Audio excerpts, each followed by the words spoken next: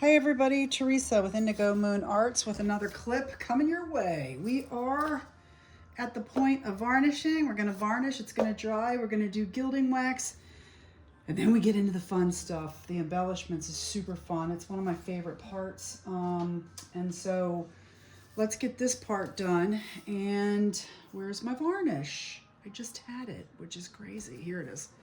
All right, I'm just thinking I'm going to shake it up and then open the bottle. Oh, okay, not gonna open it that way. And I just pour it out. I mean, this is me. This is what I do because I'm gonna need quite a bit of it anyway. And I'm just gonna varnish. This is what's gonna protect the image. This is acrylic varnish by Bluebird. And we're just going over the top. I cover any area that's painted.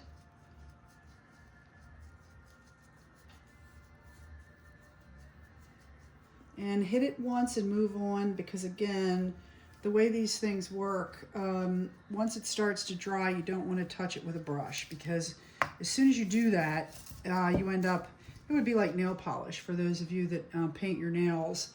You know, once it gets a certain amount of dry, if it's not fully cured and you touch it, then you have a nice little fingerprint or what have you, and it ruins the nice, shiny, glossy polish. Same thing with this. So you don't want to touch it or continue to go over top of it once it starts to dry. This is pretty quick. We're just going to cover all the areas that are painted.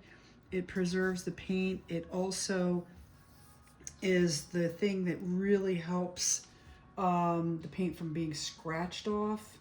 So it is a sealer in a way. It's not like a waterproof sealant. As much, you know, this isn't like, okay, put on the varnish, you can put this outside, but this is a way to protect your paint and your image especially, because you got to remember your images are paper.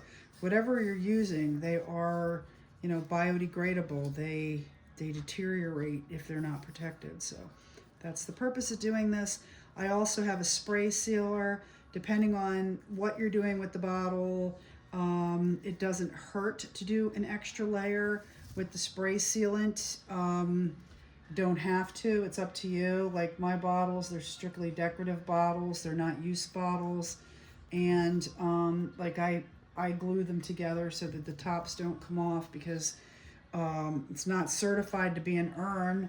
And you know, so I don't know what else you'd really use it for. You shouldn't be putting liquid in them with all of the embellishments on the top anyway. So that's just my take. You might use yours and that's fine. I just make mine.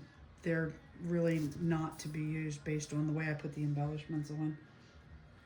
They would tear off. Or the other thing is no matter what you're using, most of us are topping these bottles with whatever topper, a finial, a knob, whatever it may be.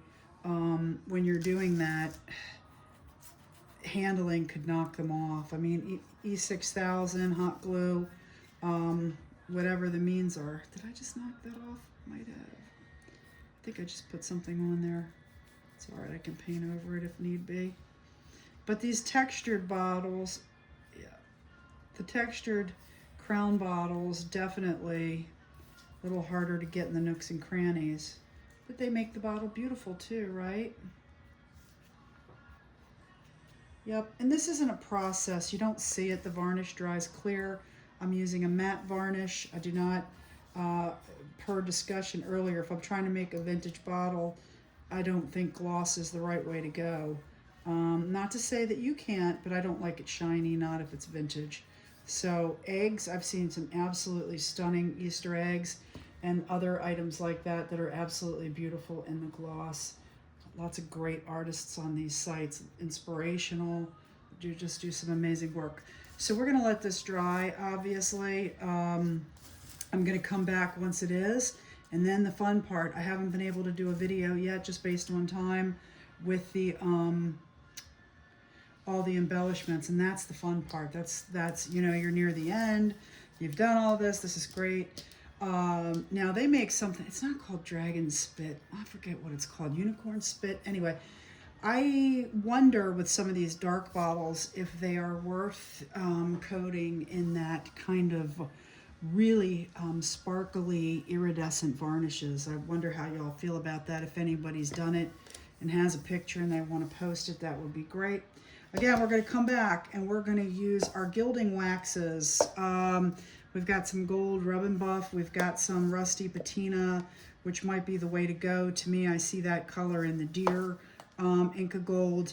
But we also have our embellishments to our clay molds. Let's see what we're going to put on here. I'm thinking of using, they have to dry. That's the only problem. Like this is still needs to dry, and they really need to be dry. But I'm thinking I'm going to use the moth on the bottom, and on the top, I didn't, maybe on the top, I think I might use this. I tend to like to paint them before I put them on so that I can get the edges and a little bit underneath, but it works better if you put them on first so they're molded around the shape of the bottle. It's kind of like a catch-22. Would love to know what you do. If you put them on the bottle, then you can mold them to the bottle, which is really, that's why I like this one for this. This is great. Really like it a lot. So that's the right size, shape, and everything for this piece. So maybe I'll do another one. The problem is you can't finish a bottle in a day if you're using air dry clay, unless you know, with polymer you can bake it. You can even bake polymer on glass, but you can't bake polymer on painted glass. So there's the caveat there. Anyway, yeah, not really sure what I'm going to do here yet, but I'll see you in a little bit. Thanks for watching.